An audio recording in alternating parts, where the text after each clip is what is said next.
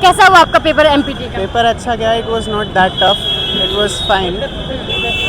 आप किस कंपैरिजन में, मतलब लास्ट ईयर के कंपैरिजन में इस बार का पेपर इजी था, मॉडरेट था, डिफिकल्ट था? मॉडरेट था। मॉडरेट था। Moderate। किस तरीके के क्वेश्चन आए थे जो आपको मॉडरेट लगा? कुछ क्वेश्चन डायरेक्ट भी थे, कुछ थे जिसमें थोड़ा थिंकिंग एंड रीजनिंग वाला था, तो इतना ज़्यादा मतलब कॉम्प्लिकेटेड नहीं लगा। अच्छा, मोटे मोटे तौर पर सिलेबस बता सकते हैं, क्या सिलेबस है, क्या क्या टॉपिक्स ऐसे पढ़ लेना चाहिए जो एमपीटी का पेपर हो जाएगा? बायोमैकेनिक्स से रिलेटेड क्वेश्चंस थे, बाकी काफ़ी क्वेश्चंस बायोस्टैट्स के रिलेटेड भी थे, तो ये मेरे को थोड़ा अनएक्सपेक्टेड था कि बायोस्टैट्स के इतने क्वेश्चंस आएंगे, but still it was fine. अच्छा, बायोलॉजी में भी ऐसा होगा कि आपके फील्ड में से क्या क्या ऐसे टॉपिक्स हैं जो पढ़ लेना चाहिए बीपीटी में से? बाकी बेसिक फिजियोलॉजी, एनाटमी और थोड़ा डिजीज़ के जितने भी कंडीशंस के स्पेशल टेस्ट वगैरह हैं। इसकी कट ऑफ मोस्टली क्या जाती है? वही 70 के अराउंड। अच्छा, एमपीटी में जैसे बीपीटी होता है कि नॉर्मल जनरल बीपीटी होता है, एमपीटी में स्पेशलिस्ट भी होते हैं, तो इसका कोई क्राइटेरिया है कि इस पेपर के लिए आप मान लीजिए ऑर्थोपेडिक है तो आपको उसी बेसिस पे सही आपको उसी का सिलेबस पूछा जाएगा या फिर जनरल? नहीं, ऑल ओवर सारा इंक्लूडेड रहेगा। अच्छा, बाद में ये आपको चूज करने के लिए दिया जाता है। पीवाईक्यू देखा था इस पेपर का आपने? हाँ, देखा था। कितना हेल्प करता है वो? काफ़ी हेल्प करता है, कुछ क्वेश्चंस तो डायरेक्टली भी आ जाते हैं, एक दो क्वेश्चंस तो ऐसे भी थे जो एकदम ऐसा लगा कि सेम ही रिपीट हो गए। बहुत लोगों का डाउट है कि ये सारी चीज़ें बायोलॉजी से रिलेटेड है, तो क्या नीट का पेपर अभी हाल ही में हुआ है उनका और इनमें कुछ टकराव है, कोई ऐसा क्वेश्चन जो सेम पूछे जाते हो?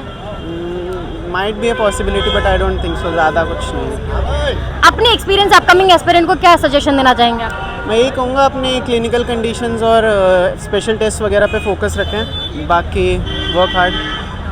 ऐसा एक्सपीरियंस रहा कि मैंने जो भी क्वेश्चंस पढ़ कर आते जो मैंने प्रिपरेशन किया था कि जो मैंने जो पोर्शन में पढ़ा था उससे क्वेश्चन बिल्कुल अच्छे से बने हैं, बट कुछ पोर्शन रिसर्च बेस्ड थे जो मैंने पढ़ कर नहीं आए थे, वो मुझे टफ लगे और एवरेज रहा क्वेश्चन पेपर। जो जामिया ने सिलेबस इसका बताया है एमपीटी का, क्या उसी से क्वेश्चन था या फिर थोड़ा आउट ऑफ द बॉक्स भी था?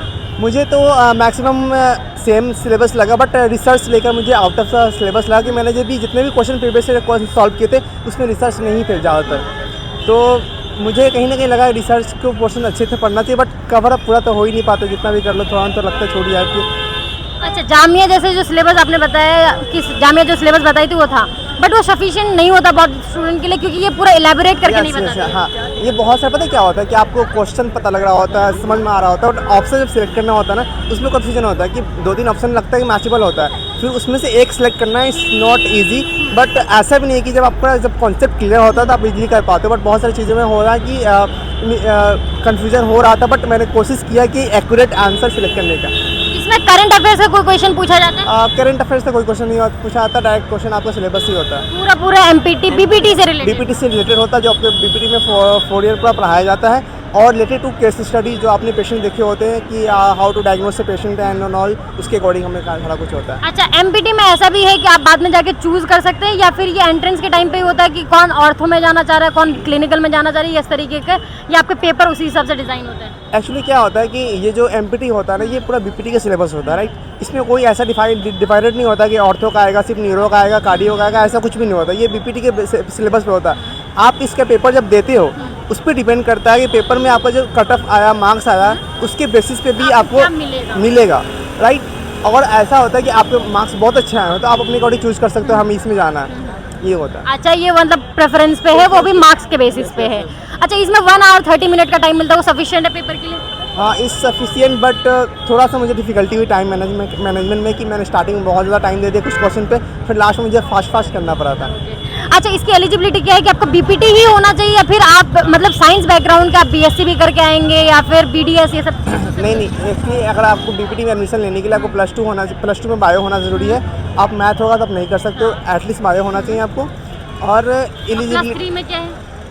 +4 है आप लोगों का वैसे बीपीटी? हाँ, बीपीटी में अगर आप MBBS भी करके आने तो ऐसे तो कोई करता नहीं है। एक्चुअली क्या होता है कि अगर कहीं नहीं मिलता तो लास्ट ऑप्शन में हम बीपीटी को सिलेक्ट कर लेते हैं कि हाँ, it's not a bad option also, क्योंकि this is upcoming new generation, क्योंकि इसका आने फ्यूचर मुझे अकॉर्डिंग टू मी इसका फ्यूचर बहुत ज़्यादा वैल्यूबल है, क्योंकि आज मुझे समझ में नहीं आता, हमें आज के डेट में हमें सिर्फ मेडिसिन समझ में आता है, मेडिसिन खा लिया ठीक हो गया, मतलब कि हम फास्ट रिकवरी ढूंढते हैं कि जल्द से जल्द मुझे ठीक हो जाए, राइट। बट हम समझते हैं कि अगर हम अपने आप को थोड़ा सा अगर इस एक्सरसाइज के प्रोटोकॉल के थ्रू हम चले तो लॉन्ग टर्म में मुझे बहुत बेनिफिट मिल सकता है आपको, और आप फिजिकली फिट भी रहोगे, इसका कोई साइड इफेक्ट नहीं है।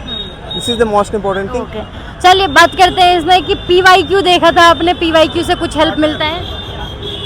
What is PYQ? Previous year question paper. Yes, हाँ, ओके। प्रीवियस क्वेश्चन से मैंने कुछ क्वेश्चन ऐसा तो नहीं बोलूँगा मैक्सिमम सारे, बट आपको क्वेश्चन से ये पता लग जाता है क्वेश्चन के किस टाइप के आने वाले हैं, आप प्रिपरेशन कैसे करोगे। एक्चुअली आपने कोई टॉपिक पढ़ा, उस टॉपिक से आपको 10 क्वेश्चन अगर आपने पढ़े हैं, उस 10 में से एक आपको मिल जाएंगे आपको जो इस एग्जाम्स में आया है। चलिए, अपकमिंग एस्पिरेंट को अपने एक्सपीरियंस से क्या सजेशन देना चाहेंगे? कैसे पढ़ें, कितने दिन पहले से तैयारी करें? ऐसा कुछ नहीं है, अगर आपको सच में आप पूरा डेस्परेट हो कि मुझे कोई गवर्नमेंट कॉलेज, अच्छा जामिया जैसे कॉलेज या कहीं पे आपको जाना है, तो आपको बीपीटी में जब एंटर करते हो तब से प्रिपरेशन शुरू कर देनी चाहिए थी, उसी अकॉर्डिंग माइंड में ये रख करके, क्योंकि हमें ऐसे ऐसे पढ़ना चाहिए, रोड मैप भी होना चाहिए, राइट। अगर आप लास्ट में पूरा कंप्लीट करके आते हो तो आप बहुत सारी चीज़ें भूल चुके हो, तो फिर आपको 6 मंथ में रिकवर करना इज़ नॉट ईजी। अगर आप स्टार्टिंग से मैनेज रखते हो, ऐसा भी कुछ नहीं कि आपको ओनली 1 आवर आप एवरीडे देते हो, उस अकॉर्डिंग टू उस पर्पस से कि आप जो भी पढ़ रहे हो वहाँ से कवर करते जाओ, फिर लास्ट में 6 मंथ में पूरा आप रफ कर सको। आपको ऐसे मेरे अकॉर्डिंग तो ऐसा होना चाहिए था।